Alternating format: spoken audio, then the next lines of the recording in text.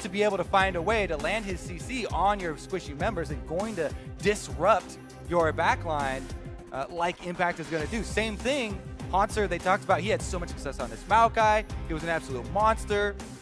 He just became a huge bully up on the top side, and he did a similar thing for TSM. He jumped over the back of that Dragon Pit. He got them the kills right after objectives and stuff like that. I just think that these teams are so much more at home at playing these styles. They'll probably both draft. I think so, yeah. 5-on-5 team-fighting comps this game, I think.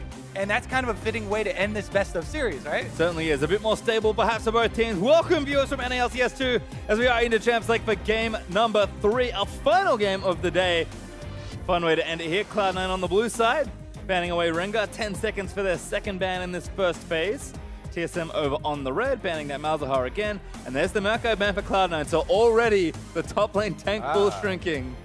Interesting here. I mean, Shen is still up. The Nautilus and Poppy are still this kind of secondary, lesser Maokais of the current meta. And we shall see which aspect they decide to go with. Because currently, I much prefer, if you are set on doing a front-to-back, kind of standard comp, tanks in the top lane are just better than tanks from the jungle. The damage dealers from the jungle right now currently just have a speed advantage and the early game advantage over the tank junglers that is just not worth it to change the role unless you have a player that heavily favors, that style from previous seasons or something. It's just so much more standard to have. Tank top, aggressive, early game bruiser or assassin jungler to be able to create mid-game plays as well as add some extra damage for your team. A mid lane mage, that's a DPS mage. And then the bottom lane, that's going to bring CC and lethality to this. Everyone wants lethality. There's Riseman for C9. LeBlanc Chase joining for TSM as Kha'Zix first pick by Cloud9. So despite all the hype around Graves, particularly on this patch, just not being first picked by either of these teams. TSM has shown such a high priority on this pick here for Svenskeren. I mean, back-to-back, they first rounded it on both sides. So Cloud9, I feel like this is added weight because of the takeaway from Svenskeren maybe. And it is going to fill that, dueling assassin role very quick from the jungle early on. We'll see what TSM answer with. There is your Graves that we've been setting up for him. Surely this, right? Yeah, Shane Graves to TSM. I mean, it'd be hilarious to me if Svenskeren pops off this game, wins a player of the game and then the series. You kind of wonder, okay, why didn't you play this already? But Cloud9, at least, is with the way the series have gone out, are going to take the Kha'Zix kind of away from Svenskeren here, but are going to push him onto what we might think is a better champion, but maybe Sven thinks differently. Definitely pretty close at the least here. Very curious to see if they actually still do want to go with a tank on the top side. With Maokai being banned and Shen already picked, Shen actually does quite well into Poppy as well. So maybe, I mean, it's so hard to move Impact away from them, but I would love to see this. Yeah, Impact's just going to take the Rumble instead. So you know what? I'll play the carry matchup this time and see how I fare. Jhin there for Cloud9 as well is particularly interesting because Varus is still available. And for Cloud9, even though we say the other roles are typically less efficient tanks, Smoothie, they have Smoothie, who has been not only one of the very best supports in the entire North American LCS right now, but also he has played quite a lot of the Taric of the Tom Kenta. If you have Taric on your team, a squishy comp that's invulnerable for quite a while, pretty good. It becomes a little bit less squishy. So that's still an option. Yes, it does mean that you're then laning with a melee for that laning phase, but that is another, look that Cloud9 could go to balance out a little bit more front line for themselves if they really do want to work around that. Or they could also go for that super high damage index. Well, here's Ash. So we welcome NALCS 2. May have missed you in the first time, but welcome, guys, as we're halfway through this draft for game number 3. Ash pick there for TSM's interesting. Going to let Varus go. Cassio banned by TSM. Syndra banned by Cloud9. And again, we're in a similar position to game 1 where I think both these teams are just going to go after mid lane in the second ban phase. I like your point there in the middle about, bypassing the Varus. Because usually right now on this patch, we're like, no brainer. Varus is your pick. That is the go-to marksman. However, TSM are making a very clear choice right now to go for more global presence, more picks that they can start off with the Ash Arrow with Shen, That is the one thing that Varus doesn't bring that the Jhin and the Ashe do, more so with the long-range engages. And that is what they are going to bank on here. Good read, though, on the Tahm Kench. TSM ban away. It's good against the Ashe and with her. They're going to take that away from Smoothie. Cloud9, where do they go with this second ban? Again, it's probably another mid-lane ban. I did spy a Reap it over Jensen's shoulder, so probably discussing likely picks and matchups. They actually will go support, though. So trading bans, if you will, in phase 2, banning away the Nami. And now TSM, what do they go for? Is it Karma? Could very well be. And it's either going to be, you know, the Karma or the Zyra, either of which, if you're thinking, oh yeah, I'm going to bring some more, you know, frontline presence to the team with this Taric pick, laning phase with a Jhin Taric into an Ashe, either Karma or Zyra, is incredibly scary, especially since Shen being your top laner adds that cross-map play possibility. So that might actually dissuade it there, but we shall see. As C9 have to lock in both before TSM show their mid laner, and Jensen is going to have to blind pick again, allowing Bjergsen to answer with whatever he pleases. Bjergsen's actually counterpicked every game as well. They drafted pretty much identically in game number 1, and the early Ryze pick meant that Cloud9 had to show something. Echo maybe locked in here for C9. It is Echo there for Jensen, unless Impact and Jensen are doing something real zany with their mages, and now Smoothie has to round out the comp. He knows the support he's playing up against. Does he go for the Zyra? Does he want a defensive support? TSM, I think, smartly taking the more teamfight defensive support away from Cloud9, because like we kind of expected, it should be a pretty scrappy looking game. I love the oohs and ahs over the mouse overs, but yeah, kind of as expected here. I mean, laning with Jhin plus Taric would be a bit much to ask. Leaves a lot of pressure on the bottom side, so they're gonna lock in that Zyra for some, you know, more power down there. And man, this is gonna be another one of those, you know, cannot make mistakes. There's definitely the execution level is just gonna have to be high for Cloud9. And oh wow! Oh yes, assassin! He's actually going for Zed. Go. I mean, I was about to say, I love the Echo pick because it blocks so many picks from Bjergsen. You don't really want to play Corki into it. They banned it in game 1. It's pretty good against Assassins. And what does Bjergsen do? He says, screw it, I'm taking Zed. And having a Shen on your team really helps out when a lot of these lanes are going to be trading heavily, and there's going to be a lot of duels that do break out. If Kha'Zix jumps on Graves while he's isolated in the jungle, which usually he'll get a good chunk out, and a small advantage, Shen pops up. Ooh, all of a sudden, that doesn't go so well. Zed plus Echo, all in each other. All of a sudden, that doesn't go so well. But you are going to be giving up some pressure because the Rumble should be pressuring the Shen, should be pushing him. Flame Spitter through the minions plus the Shen whenever possible.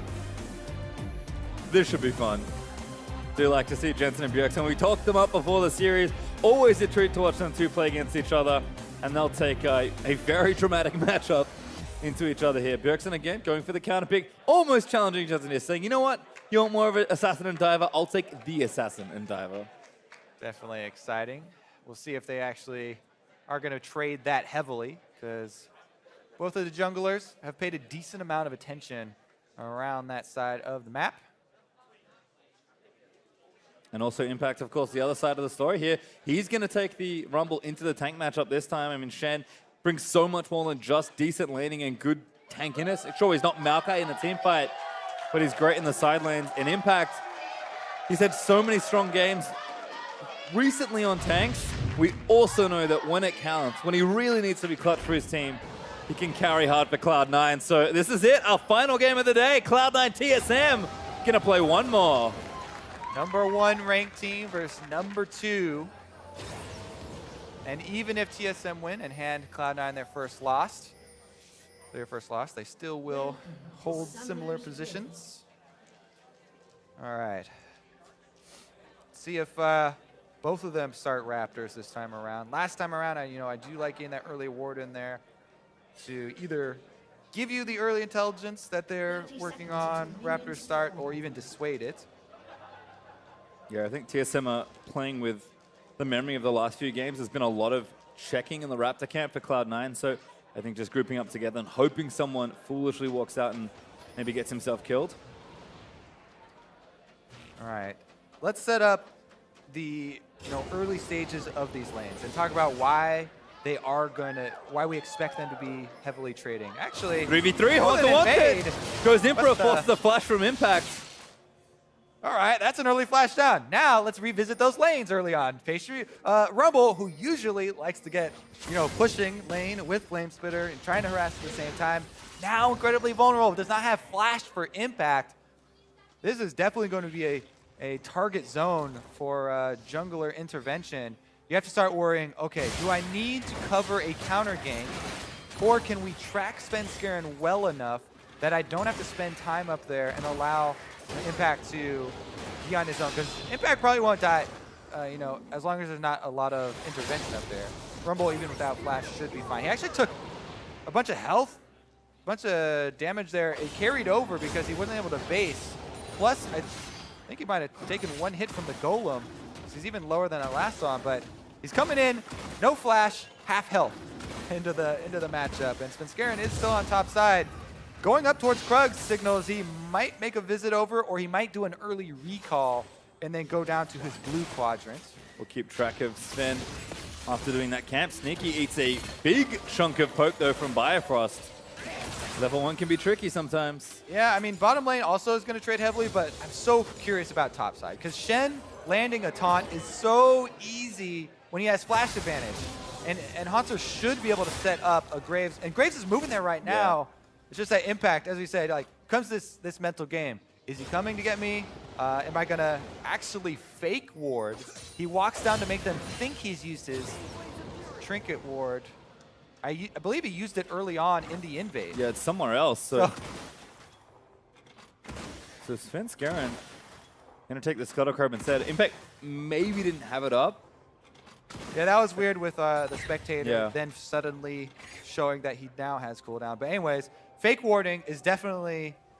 Whoa, there's the jump from Contract! Gets the jump, Svenskeren pretty strong by blowing off the first blood in for Contracts.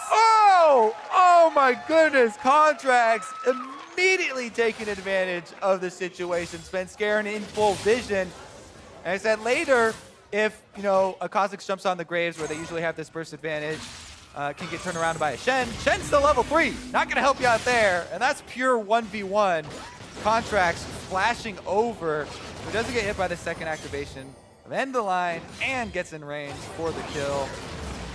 Grabbing first blood for C9 and critically removing any threat for the top lane here. Impact now doesn't have to worry about Svenskeren because he just cleared his red quadrant and got first blooded.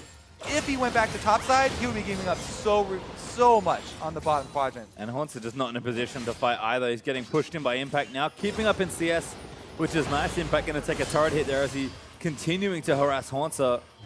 But the rejuvenation bead's going to have to work overtime and then some to get all that health back from Rumble. Man, Impact gets to play out the Rumble harassment anyway.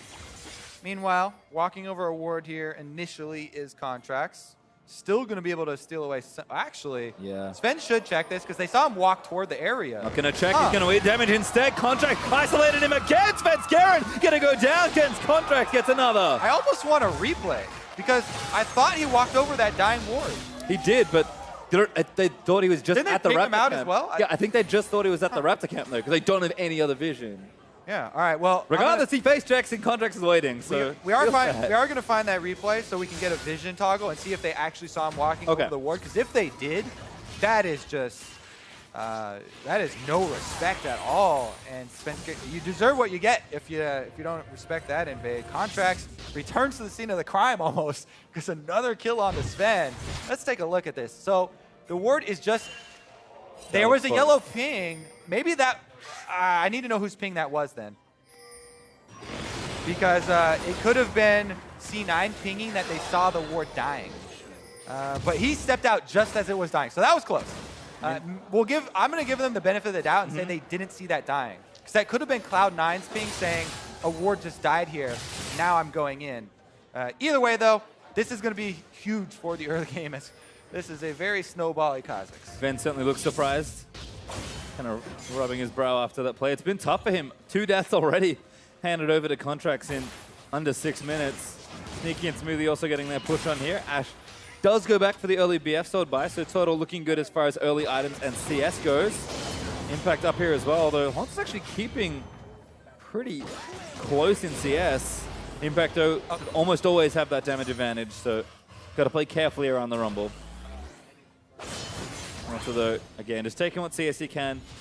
Feeling pretty comfy with that Spectre's Cow. All right, I called in to the observers for some play-by-play on that last second as the ward expired. It was, TSM got a slight second of vision, so they did see the icon there at least for Kazakhs moving in, and still paid the price. Let's see though, because that is in the past. Now what is he going to do with it? Kazakhs is off to a very good early start. Plus, he's got the advantage of the challenging smite over the vision for Svenskeren. So he just has complete carte blanche to just run over anywhere in the jungle and basically create any sort of plays the team wants to go with. Another interesting rotation from Cloud9. Not really behind in the lane, but actually moving topside to pressure Haunter off. This is dirty. Walking past the turned off ward, wants to go punish him again. Bifrost is here as well. Gonna try and steal this away, I think, with the smite. Really wants it, might be too much. Doesn't get the smite off, does get locked down, but the ultimate's gonna keep him safe. Yeah, early smite there. Isn't gonna cost him, you know, any other summoners or any amount of health, but gonna jump out here, and Biofrost rotating up as expected here to try and catch this wave and match the 2v2 for TSM. TSM really just trying to stabilize here.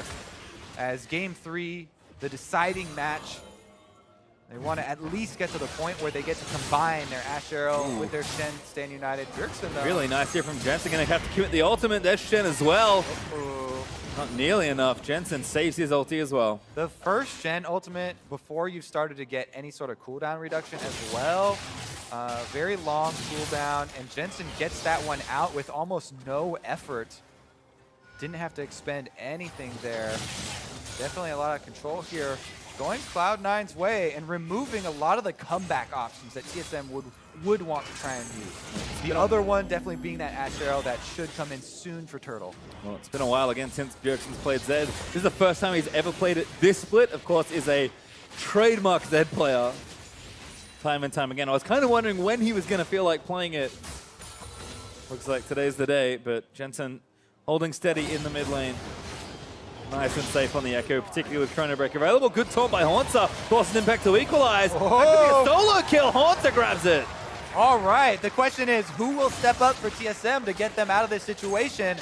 Haunter says, They've got more problems to deal with, though. Yeah, Contracts and Jensen teaming up. Bjergsen still hasn't gone for a recall. Yeah, a good chunk of gold in his pocket, so wanted to base, but the turret was under threat. Svenskeren does what he can to save him, but Bjergsen's got no ulti. Jensen still has Chrono Break, so Svenskeren just going to have to help him shove in the mid lane. Yep. One of the things Graves does best. Taxi lane.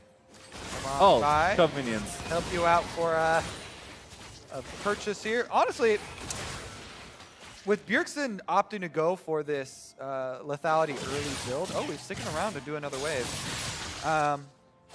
It's interesting because in the pure 1v1, having the extra, Hex Drinker rush is always super nice, but having the extra damage to be able to, kill them in the all-in or kill someone else if you're roaming maybe bottom or something is an interesting give and take here. You're a little bit, less tanky, or a lot less tanky, not having Hex Drinker, but does give you that extra kill pressure on somebody else. Ben spotted by a nice ward from Cloud9, so this lane gank not going to work out. He hits the recall button immediately, so won't waste too much time, but I like the thought. Good cancel from Sneaky of Wild Turtle trying to set something up with the arrows. Svenskeren going to recall further back in the lane, but Cloud9 know that mid and bot are a little safer.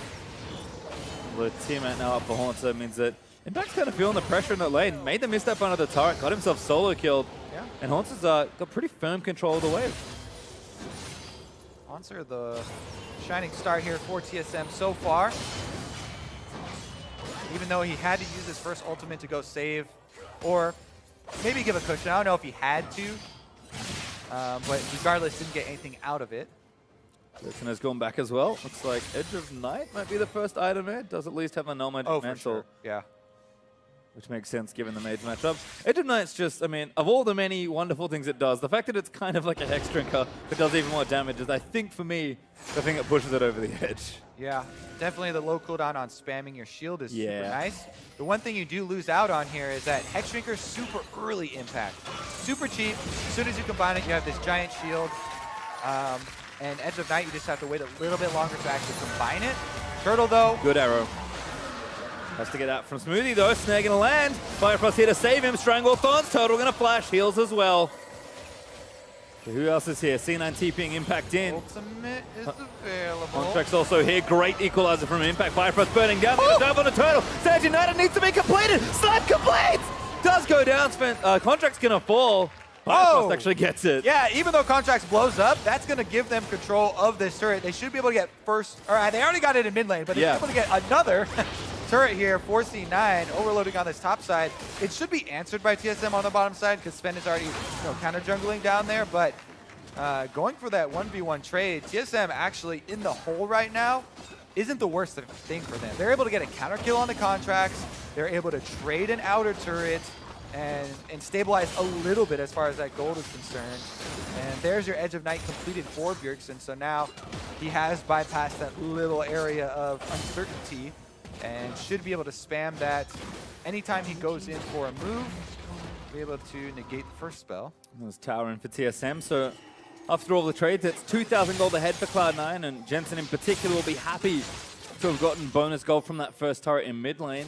That is going to force Bjergsen up top. He's going to start split pushing, or at least taking that sideway farm. Total going to commit to mid lane. Doesn't have a turret to fall back to, but it's probably the safest place for him to farm and can be impactful with the arrows as well, because Ashe will need to build up more farm for this game. Definitely true. Turtle will be in a hole for a while. He's going to have to, Essence Reaver is completed. Yeah, you start getting some cooldown reduction and throwing off these arrows, but definitely not going to be the damage output of Sneaky, who's already off to the races with his own Edge of the Night completed. So C9, now it's pretty much opposite situations from last game. C9, they're the ones with the early lead, with the damage-heavy comp, looking to snowball, chain these outer turrets, and start pressing TSM in. You want to starve the enemy team of resources. You take all the outer turrets, move up your ward line slowly so you deny jungle farm. You make them walk the long routes between their lanes, so it makes it more difficult to farm as well. And the counter there from TSM is, can you hit your Ashe arrows, to pick members of Cloud9 off and try to get back in that way? Well, much like we saw in Game 1, and a little bit in Game 2, it's tricky when you're losing on the overall map space to have vision to make those plays, so Cloud9 should be holding steady. And even more so, even though they do have Hanser on Shen, who's doing very well for himself, you have to worry about what you're giving up whenever you try and go for a kill on one of those picks, because Impact here, still pushing up. It looks like they're actually making a play on the bottom side with Svenskeren was sitting around the top edge, and they sent Hanser to go look for Impact. But Impact actually evaded them.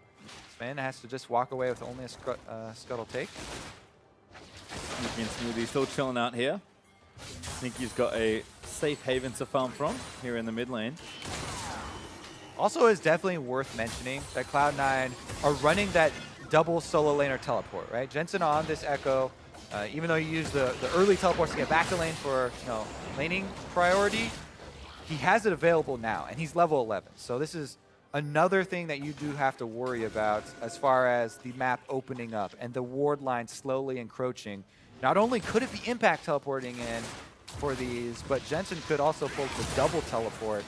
And if C9 just go 1-3-1 and Impact, while he doesn't have flash, wants to play more safe and just hold bottom side, if Jensen can push up, Cloud9 can kind of section off the bottom area and try to move in for that last outer turret. Understandably, this game is feels quite a bit slower than our first two. Still pretty even as far as overall gold goes. C9 know they have a lead, but they're going to want to play very slowly with their side waves and their double globals. TSM on the other hand trying to make a play. Going to look for Impact. Bjergsen flashes in, uses the death mark. Taunt down there onto Impact. That's an easy pop as Haunter gets it. Yep. Impact there going for the wave as he dies. Does get some gold while he's going down. And that's the benefits of, you know, setting up your 1-3-1 beforehand. Even though you lose impact, Cloud9 are pressing heavily on the secondary turret on top side, and Sneaky opens up mid. Oh, Arrow finds Contracts though, and now TSM gonna pop. Contracts lives through the collateral damage. Looks like they left Bjergsen on bottom side to be split pushing with Zed as well. Takes out another wave, and they don't give up the turret, though it is weakened pretty heavily. Yeah, will not regenerate either. Needs to go one step further in the turrets for that. Haunter will retake this wave. No ultimate, but has the teleport. So TSM get a little back there with some gold. And you have to say, there aren't a whole bunch of options for TSM to go for in order to get gold on this map. So the proactive use of their Shen ultimate to be able to secure the kill on Impact, who is still waiting on the flash cooldown to come back up, is definitely a good, you know, move, because there aren't too many proactive plays you can go for when you're in this situation to get some extra gold. They are able to make that one count, but it's not going to be much more after that, right? It's a many-step process. Jensen's going to continue to get more irritating as the game goes on as well. We saw Bjergsen pretty much split push his way to victory with Echo and I believe Shen on that team as well. So you can see where the options are for Cloud9. Again, is slowing things down here through the mid game as the teams don't want to concede too much in what is the final game of this series. But Haunter especially still continuing to do work. 2-0-1 on the Shen. I think it'll be very telling if TSM actually try to contest this Drake, because while they do have Turtle's Ash Arrow coming off cooldown very shortly here, they don't have, you know, a huge amount of extra vision around the Drake, and it is still dangerous for them. Jensen's still facing. Oh.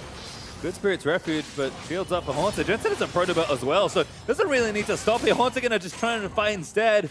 Stun coming up, Protobelt's in. It's gonna be for the stun, but Haunter taunts out. Snare lands in from Smoothie though. Good blast code to save Haunter. Jensen follow flashes. Haunter flashes as well. Juka to Q's not quite enough. And a Haunter maybe going to turn it around. Jensen should have it, and he does. Because they roamed up to the top side with so many members though, TSM slip in to try and trade an Ocean Drake for a single kill. And an Ocean Drake for just a single kill is pretty good if you're the team trying to stay at your turrets a little bit and help regenerate. The problem would be if they give up more, because Cloud9 did push up mid lane. It doesn't like they have to give up more, so honestly, not too bad for TSM there as they get a Drake in exchange for Haunter's life. Haunter holds on to most of his cooldowns as well, just had to burn the flash and very nearly killed Jensen 1v1. Which is quite impressive. Jensen looking for the turret. Big wave is there, but not sure that's enough to clean it out with Bjergsen here to answer. Cloud9 do not want to, you know, give away a bunch of Drakes. TSM have gotten the first two, so they're actually feeling pretty good about it. And Impact is the target once again. He has flash this time. Smoke screen for Span. 1v1 needs the ultimate. Gonna line it up. There it is, but it's not enough. Oh, it is! But Contracts gets the counter kill. Stand United can't save him. Impact, yeah, did not expect the explosion there to kill him for some reason, and goes down with flash up. Whoops. Well, trade there, I suppose. Fence going with a good individual play. Although Haunter's shield not enough to save him, sadly. I mean, a risky play. It did end up paying off, but I think Impact definitely should have been expected to flash early, and now we're seeing another heavy trade here as all the teams are heading down. You see the jungle on the mini-map here on your left. All of Cloud9 are coming. Haunter 1v4 right now. Kronenberg from Jensen out from under the turret. A Smoothie tanks the next set of aggro. Bjergsen going to take a turret in the deal, though TSM defend nicely. Yep, not only defend, but again, Bjergsen back at the split push. Finds himself some more gold in the outer turret. There's AoE there from the team. So this ends up being a successful play from Spence Karen, kind of, but I don't think it should have been. As Contract goes in, and they did use the Shen ultimate there too. So a decent amount of resources expended, but all in all, the gold back to even, TSM Drake advantage, and Cloud9 are gonna have to outplay them here because they don't have a tremendous amount of reliable crowd control to set up their team fights with. It's so much more about zone control. They have a lot of areas that they can control with Zyra ultimate, with the Jensen Giant Shield, and the Rumble ultimate. However, if they don't fight in a jungle corridor, TSM might be able to evade those and take out a lot of the power that comes with it. And again, they're still waiting on some of their members to grow up as as well. Sven, he's strong. Bjergsen also strong with the early lethality, but Turtle will scale nicely into this game. Biofrost should be helping in team fights as the more defensive, team fight-oriented support. And Haunter is continuing to get stronger as a tank and should be impactful throughout the entire game. It's not saying that Impact won't be. His Rumble should be nice in team fights, but much like in Game 2 for TSM, the barrier of execution is just a bit higher. And TSM, given that they've managed to find a way to catch up in this game and even it out, should be happy now to go back, play it a little slower, let Turtle get stronger, and if they see an opportunity, take it. Little Ninja here with a spell shield makes walking through enemy territory a lot easier. Bjergsen easily able to get out here. And you're right, I mean, the margin for error is very low with those types of compositions. And TSM have actually been getting a decent amount of gold back into this game by their Ignite Zed split pushing, as no one could really answer Bjergsen getting to his double lethality already, and it looks like another one quickly on the way. Cloud9 do jump on him though. Going in for it, Jensen trying to start things off. Jin ultimate is dodging it around. Bifrost hits the next hit. Haunter onto Speng with the Stand United. Now looks to turn it around. Arrow lands on a contract. Get a taunt him in. Tripping it up, but Jensen takes out Speng on the other end. Now Sneaky getting jumped on by Bjergsen. Bjergsen flashes in with the Ignite. The pop is not quite enough. It is though with the Ignite. And now Impact taunted up by Haunter as the rest of TSM come down. TSM able to take down 3 members of Cloud9 and should be able to get dead. No, Whoa! taunted as well. Pops Zonyas has the chrono break. He killed. But it's in space. I think he's going to go down in place. Excuses. Jensen tries back in. He wants a trade, but that's an ace for TSM. I think Smoothie walked in too close to the Shuriken there as well. Bjergsen got the full kill there. That's another. Got the bonus kill. Another one, yeah. Bonus kill, pass through. Ninja accuracy at TSM. We said, you know, margin for error for Cloud9 super low. They did not meet that margin. No. TSM absolutely break this game wide open. 5 people down, 2 extra turrets for TSM, and a healthy gold lead to boot. So what Cloud9 are thinking here is that they see 3 members and they account for the Shen, but they still think, okay, 5 versus 4 is maybe the best opportunity we get. That Rumble ultimate, 0 damage out of that thing. Contracts gets nailed with the Ash Arrow, so TSM evened it up very quickly there, and Haunter's just chasing off everybody in the backline as far as the damage. The only one from Cloud9 that got anything done there was Jensen, who quickly dove the backline and was able to kill Svenskeren. Well, that's it. And let's see Smoothie here, because deceptively he doesn't. Oh yeah, Bjergsen. See, he did. Shadow in, Shuriken down. That was full range too. That was smart from TSM. They used one ninja to cover for the other ninja. Haunter, I think, was on top of the Shadow model. TSM, though, reap healthy rewards. 3,500 gold up now with a Mountain Drake to get for themselves, if they'd like it, up in 3 seconds. They have one already. A second would be awfully nice, because every time they win a fight, they'll take the maximum on objectives. Threatens Baron nicely as well, and this should be going over cleanly. Contract's almost in the area for a steal, but I don't know if he even wants to try and take it. Nah.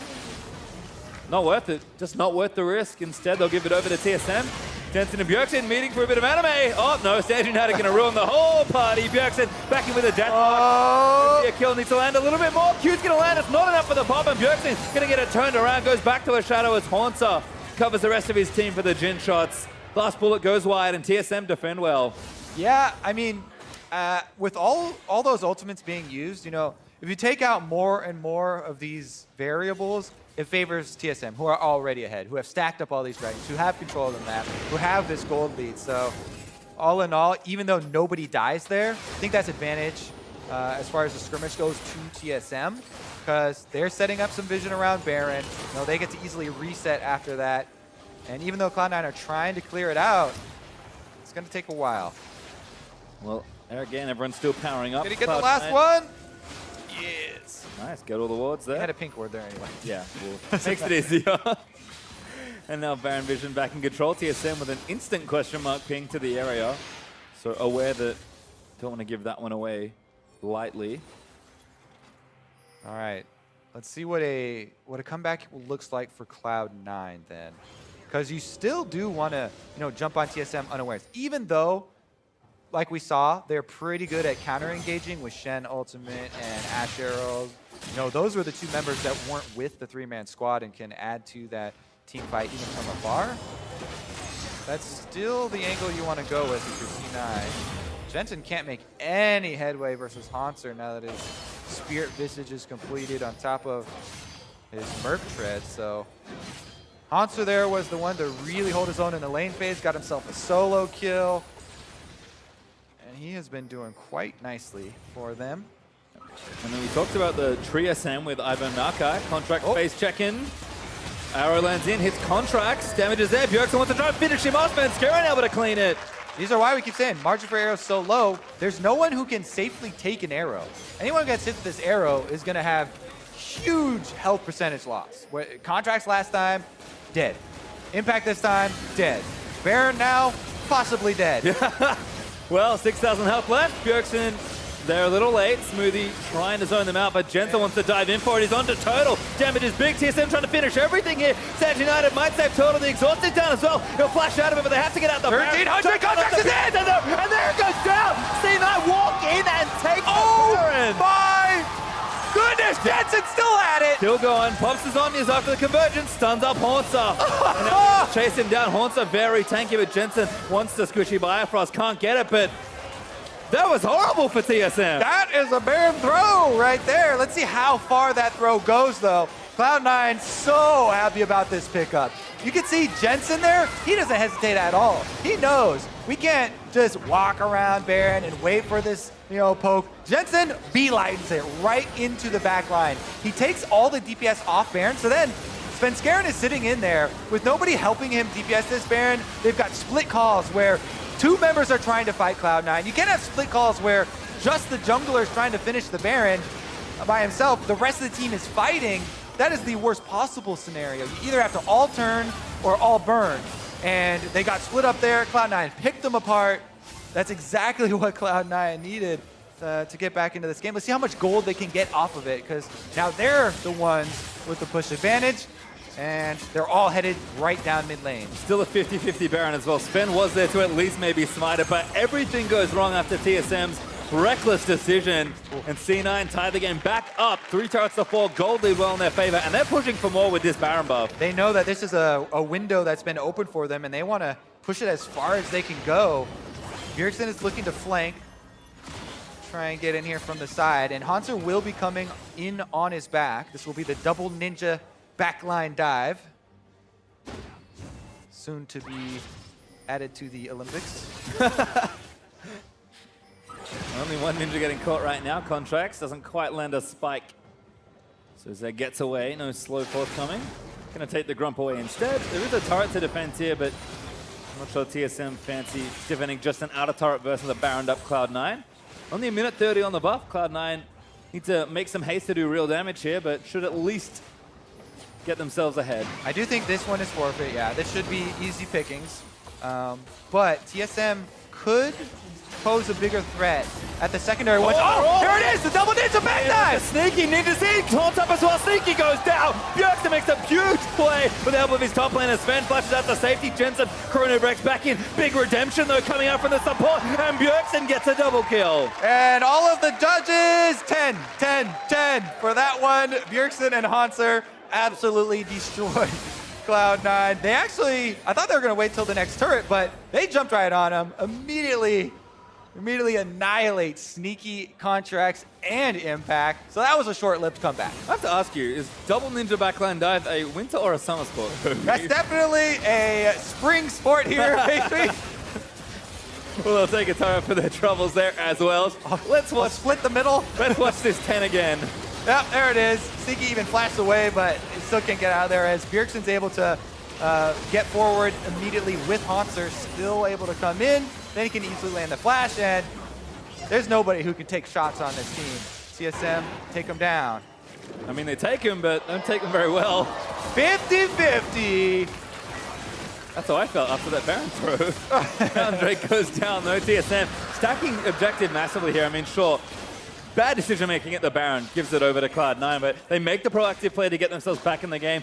And for Drakes is a huge overall win. We can kind of understand why they wanted the Baron, because they had 2 Mountain Drakes and now they've got 3.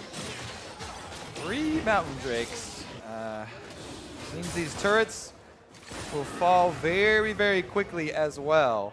And TSM have not been shy about returning to the split push here. Bjergsen is now level 16 on Zed, even though Jensen has been the man for Cloud9.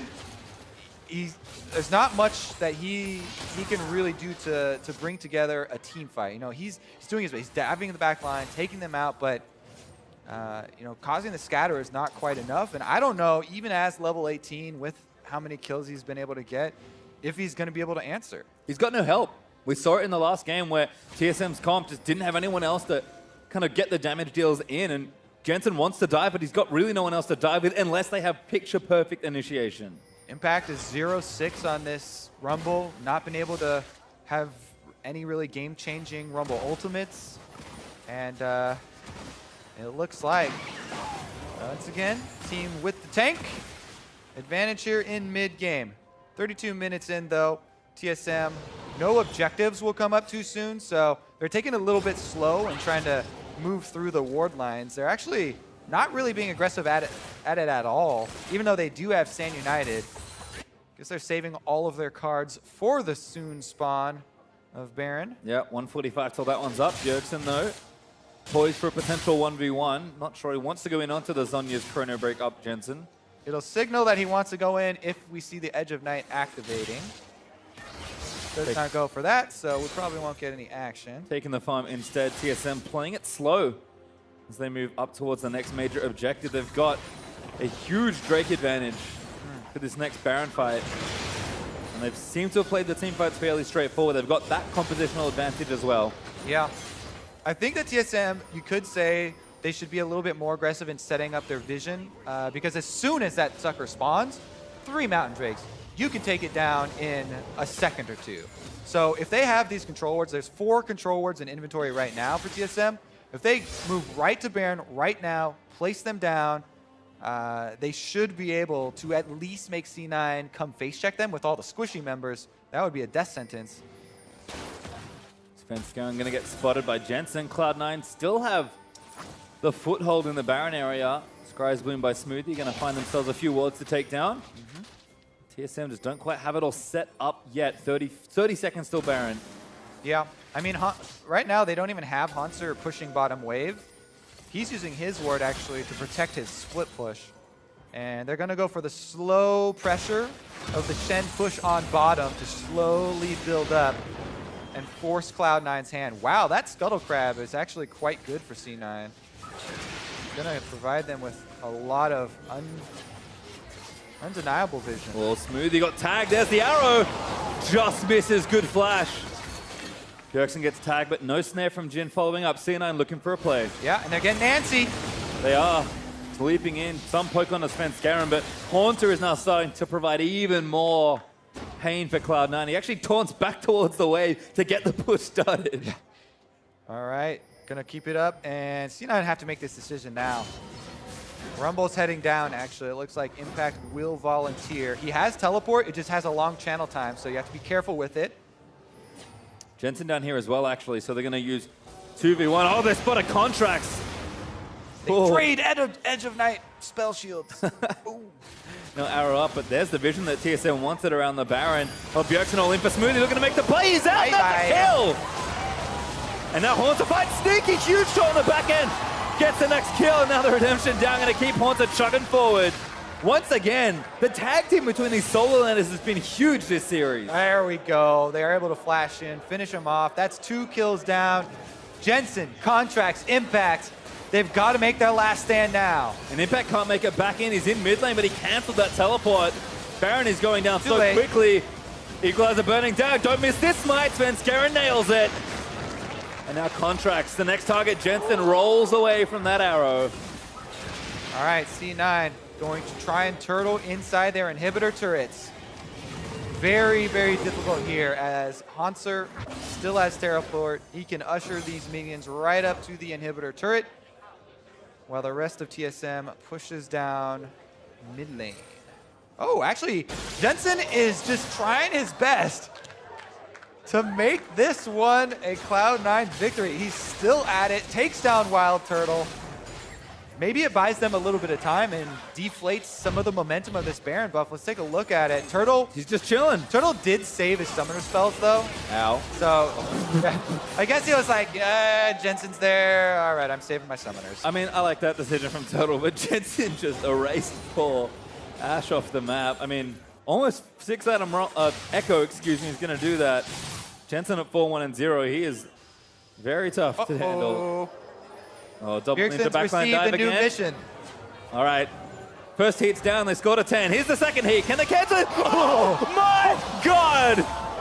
I cancel it by killing him, I guess.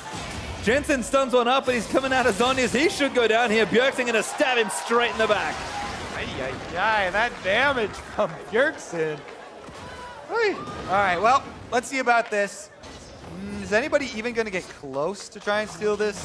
Sneaky W, put your faith in that. Is anybody going to stop Haunter? While Turtle's back alive. They have no teleports. It's not looking good. Somebody block it. There we go. They're what? Oh? Sneaky. Oh, that looked close. Svenskeren, another clutch smite, though. We're going to be okay today. Decently close, but they are able to secure it. And TSM move forward. Baron and Elder Dragon on. Split push already in motion. And Cloud9 in defense of the Alamo. Can they do it? I mean, Jensen's still dead for 10 more seconds. Turtle snared up. They're looking for him. Bjergsen going to take the first use. Svenskeren now joins in. Turtle actually huge damage. I need to heal him. Haunter running interference. Turtle gets the necessary healing. And that might actually stop this phase of the push here. Yeah, what a rally there from C9. All damage focused on the Turtle. Buys him some time. Turtle's trying to lifesteal off of whatever he can. It's a little bit of health from the jungle creep here, but TSM's still going to return. Turtle just going to be cautious. They need to break here. Turtle putting the warlords to his best use he can. Needs to hit a couple champs though. Inhibitor goes down. TSM just have too much damage. Cloud9 can't stop the first one. Where are TSM going next as they make their way topside? Even with all of those shields, Turtle dropped down to 44 health right before the Redemption came in to heal him back up. Looking a bit healthier now. Yeah, still keeping up the push, and he still has his flash, so he held on to that. Cloud9 backs against the walls. Talk about backline, actually. Smoothie and Sneaky down. It's the finals of Double Ninja backline dive. Oh, good catch. Smoothie deleted. And now Svenskeren in a right Haunter in. TSM take the top lane in here. Cloud9 are running out of stuff to defend.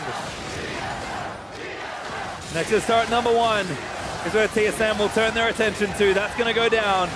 Cloud9 trying to defend. Impact burns the ultimate. It's just getting a little desperate. Jensen dives in onto Haunter. Contract's almost dead. Svenskeren almost gets sniped by Jin though. And Haunter's still fighting out. Bjergsen into the backline wants to try and take him down. Ricky goes down there. Bjergsen who's now dominating. Svenskeren gonna get jumped up by Contracts. Good exhaust over Biofrost. And that's gonna be a kill. TSM, they storm the throne room. Can they topple the kings of the NALCS? They will. And in Cloud9, their first loss of the spring.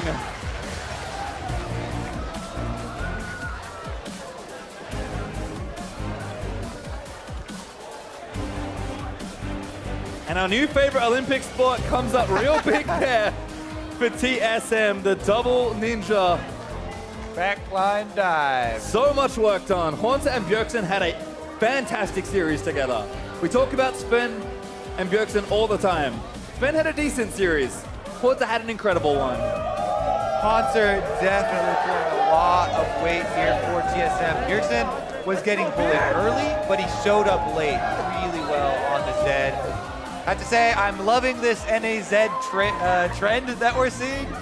I don't know if all the mid laners in NA decided we're bringing Zed back or what went on, but definitely making the games exciting. I mean, it feels like Zed has been, you know, decent after a number of different changes that made it a bit easier. QSS no longer turns up for ultimate, so that feels good. Assassin's got a big change throughout the last year. And I think just lethality being good, you point to champions that are going to benefit from it. Zed just kind of makes sense, and I agree. We've seen a significant increase in play, and I don't think it's slowing down anytime soon. Yeah. It lost all 3 games in Europe. Did find that victory in Korea in the single game that was played, but yeah, the majority of those victories starting here. Impact though, Not too happy about his Rumble play.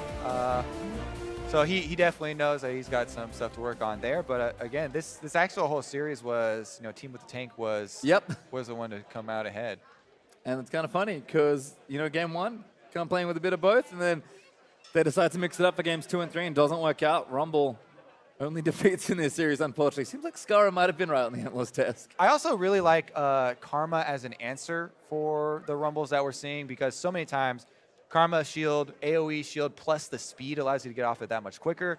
And if these comps are the ones that don't have super heavy CC, guaranteeing that lockdown, like you're not comboing with a Jarvan, or you're not comboing him with Varus ultimate chaining on people, or some sort of hard CC to keep him on it, there's not a lot of value that teams are gaining from it, aside from, yes, early in the lane phase, can bully out things like Shen, can bully out these tanks. And I think looking at the series overall, Bjergsen coming into the weekend said, we got stomped in series number 1 in week 1, but things will be different here. I think throughout the entire series, TSM just plain played better than Cloud9. Cloud9 did everything they could to win game 2 and had so many good moments, but team is starting to look a little more scattered, and TSM, maybe it's just the opponent they're playing, but the ship looked a lot tighter today. Yeah, I mean, FlyQuest gave them a real good run for their money, and then TSM actually are the ones to deliver the first loss here, so C9 are going to have a lot of, review this weekend as well. Jensen, I do have to say, though, has been a shining light for them. Constant plays from him. It's been good, but for a first-hand account on that action-backed series, let's send it to Azael and TSM's Assassin in the mid lane. Thanks, guys. Great castle on the day. I am here with the victorious mid laner from TSM, Bjergsen. First off, congratulations on dealing C9 their first loss of the season. Huge turnaround from your earlier match against them. How does it feel to have kind of progressed this far? Obviously, it feels good, but we still haven't progressed as far as we would have liked. We got just stomped by Echo Fox, so I'm not going to say we're in excellent form right now, but it is obvious that since week 1, we have been steadily improving, and we're going to continue to do that.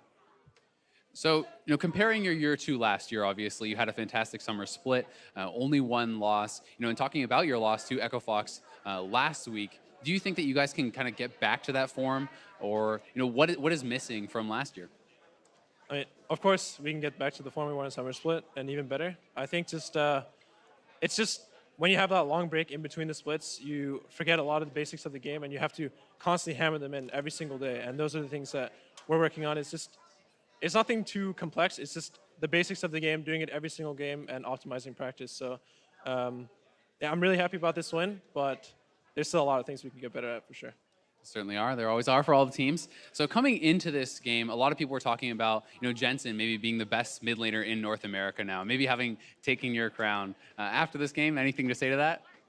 I think Jensen as an individual player is really good. His laning is really good. He's always really solid. I make more mistakes than Jensen, no doubt. When I watch him play, he doesn't really die very often. He's just a consistent force in his team. So I think in terms of being an individual player, he's been played better than me this split, but I'm just more focused on having a winning team. I just want my team to win, not for me to shine personally. Well, I think you did shine today regardless. A very well-played game and a very humble answer.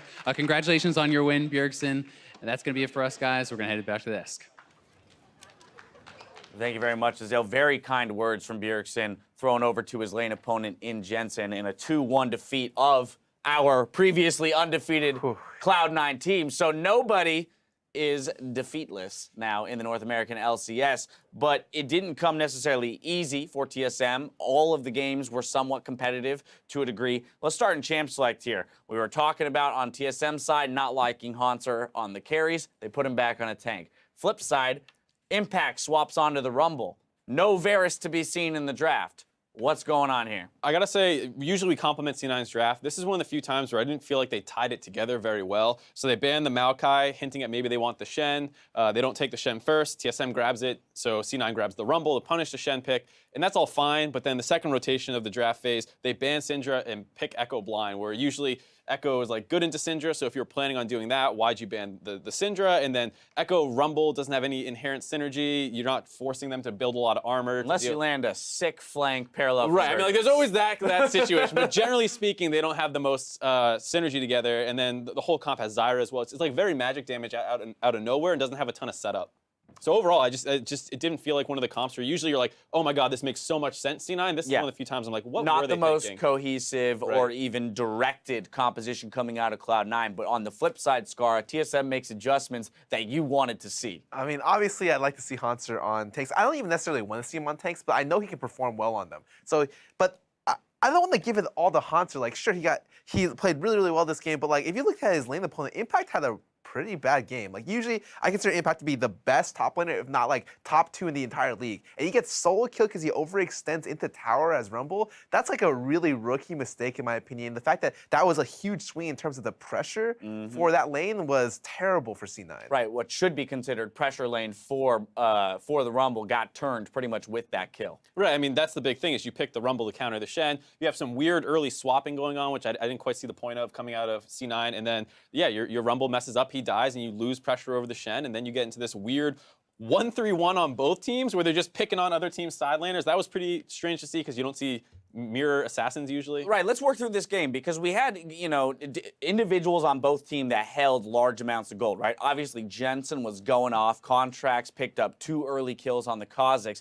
And so C9 goes to that kind of 1-3-1. TSM, similar thing. Let's work through this. Starting at 22 minutes.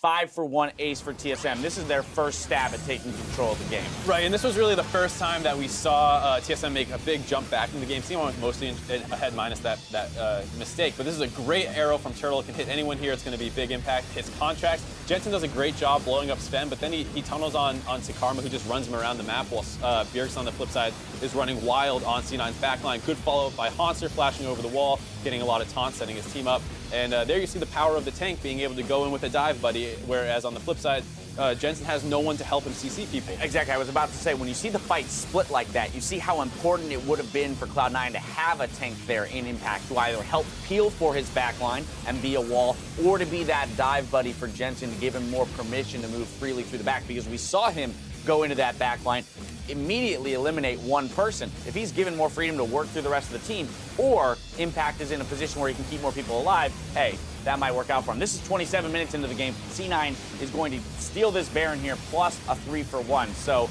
I'm not really sure what was going on for TSM or Sven Skaren here. No smite coming out from him when it was already dropped 400 health off of the Q smite from Contracts. Yeah, it just looked like he wasn't ready for Contracts to make his move that early with the Baron health being that high. Bjergsen also turned off Baron kind of alone, got turned on it and blown up right away. And this is right after we thought TSM was in control of the game, so they make a mistake, give it right back, but it's not over yet. C9 with that Baron buff have bad formation here. And Bjergsen finds the look as soon as the edge of night goes down.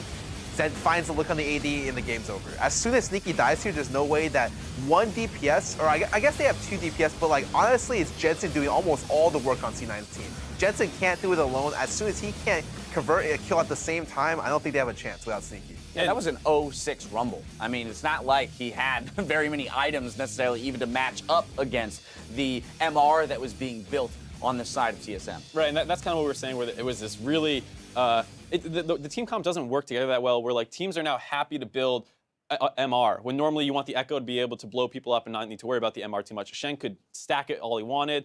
Sometimes with the Rumble, you're like, okay, let's get a bunch of physical damage so Rumble can shred people. Both, like, it just didn't have that synergy that you usually see between those two champions. And on top of that, whenever you see Rumble comps, you always see Rumble with something that keeps people stuck in place. So a good example is very, very old school. You'd run Rumble Jarvan. Jarvan ulti, and then you'd Rumble on top of the Jarvan ulti, boom. That's your combo, that's your synergy. We saw that last night. Friday, FlyQuest played. Oh yeah, Rumble Jarvan, right? OG. We saw it last night. Now it didn't work for them, but you saw in multiple fights how it could work. Yeah, right. And that's usually the idea behind Rumble. You have someone that keeps them stationary, so your Rumble ult does damage. In this time, Cena had the option to draft Varus, but instead went for Jhin, a much harder champion to work with Rumble. Like the way I see Varus is Varus throws it, Rumble throws it. Oh, you only have to try. You know, you just throw it in the middle. If you hit people, you can start the fight that way.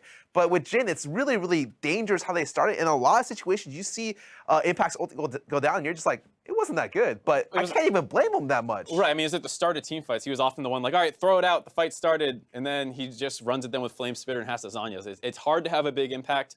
Well, sorry. That's okay. I was when going to let it go. You don't want to stop yourself. As I said it, I was like, oh, God, am I a freak or something? Let's go. But I don't think like it was Impact both played bad and he was not set up to have a good Rumble game. Yeah, very much so. There was some peculiar things from C9 in this draft, but again, it might be to a degree them trying new things. As we talked earlier in the day with some teams kind of stretching their draft, hey, well, the meta's changing. You've got to learn somehow what will and won't work on the LCS stage. It seems like maybe they're trying out new stuff, but this is like a series where I think the teams care if they win. You know, usually it'll be against lower rated teams or teams that don't matter so much near the rankings. But this is a team where it's like they have pride on the line. Well, and they just gave up the tiebreaker against probably your biggest competition. Right, that's important. The head-to-head goes to 1-1. Right, so even though you know C9's still up a game in terms of overall record, if TSM manages to bring this back in the second half of the season, now they're tied up potentially. Right, yeah, so then it's all about buys come the late season. We'll get to that when we get to that. Player of the game this time around is going to be Hanser. Moving on to those tanks, honorable mention at the very least to Bjergsen. The two of them, especially in that final replay that we saw, that submarine, right, getting permission to go in and having that tank to help you out as an assassin. In both the wins today, the solo laners on TSM did a great job. Like, it just seemed they support each other really well, or they were able to find ways to bring their team back into the game. Because C9 had a huge early game lead that game, and they were just kind of ground out 1-3-1 style because Impact died and wasn't able to put any pressure. Yeah, I think that's a great point about how we saw with the Orianna Maokai synergy, this time with Zed Shen. So that they have different comps, obviously, that they're very on the same page with. Now, what's your guys' opinion on where Bjergsen's at as an individual this season? Because he himself just spoke to it, where he thinks that Jensen as an individual is playing better than him, but that Bjergsen this season has put more of his focus on playing for his team and getting them the victories. But we do know that he's been the focus of some criticism for last week, some missed Orianna ults, and maybe not matching what people expect out of him as an individual. I think a lot of people ask me about to rate mid laners. I'm a mid laner myself. They're like, what do you think about Jensen? What do you think about Bjergsen? Personally, I think Bjergsen is a much more full package player, whereas Jensen is very much like lane focused, very mechanical, great player in team fights. However, he's the type of person who doesn't necessarily give too much to his team. So one of the biggest criticisms I have of Jensen is that usually all the pressure has to go to Jensen's lane, and then he puts the pressure elsewhere when he gets the lead. But in terms of him personally roaming, he doesn't do a great job of that. However, he lanes so well, he always causes pressure mid. So it's just stylistically how he plays as he plays the lane. However, Bjergsen, seen in his games with Jace, even the games that he lost, he was roaming top lane, roaming bot lane, working with his team. And I think that that's why I consider Bjergsen to be more like a full package player, whereas Jensen may be more like I don't even want to say one-dimensional, like maybe like smaller. He's more like it's more narrow. fine-tuned. Yeah, like, very, very fine-tuned, but he's very, very strong at his strengths. Yeah, but either way, watching them 1v1, anytime C9 and TSM come up against each other, it's always very exciting to put focus on that mid lane. Let's go ahead and throw up our standing to see where the teams place at the end of the day. TSM's win against the Juggernaut at the top keeps them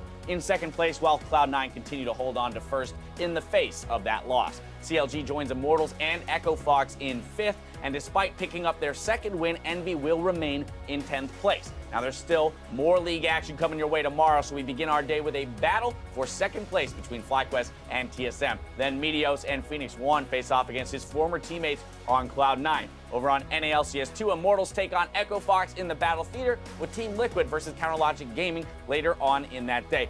NALCS 1 games are loaded there with the battle for second place, followed by C9 versus Meteos. That's going to be a lot of fun. What games are you guys looking at? I think TSM FlyQuest is a pretty obvious one to say, but especially after TSM wins today, everyone was expecting them to have a really difficult this week. This week they're playing the top two teams, but now they have a really good chance to actually get a huge leg up on the other teams that seem to be vying for those two buys coming towards the end of the season. And the thing is, it's like, I also want to really point out that series because FlyQuest plays a very different style than C9. So it's like, maybe TSM can beat C9, but FlyQuest has a different, like, they throw a curveball at you, so to speak. Right, well, you also have to consider the fact that FlyQuest is coming off of a 2-0 defeat, TSM coming off taking down the #1 team in the league. How are these teams going to deal with the loss, the victory, and moving into day 2? And what will they have learned from Champion Select on Friday? That's going to be my biggest thing from FlyQuest is, will they adjust away from that Rumble Jarvan, the Jarvan into the Zed, both matchups? Will Hai go back to the Corki? Do you have any thoughts on whether or not he should move back to kind of that safer,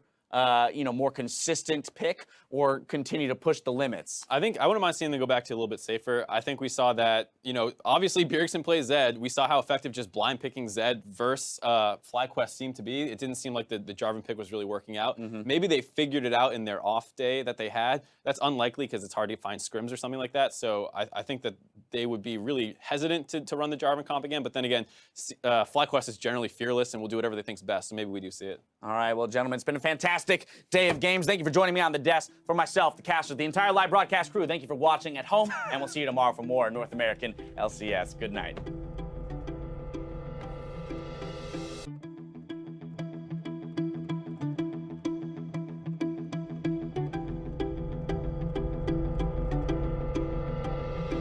As well. So if it's okay with you, I'd like to take a moment of silence to remember both. I will honor that request. So a moment of silence for the dearly departed. The meme is dead. Long live the meme.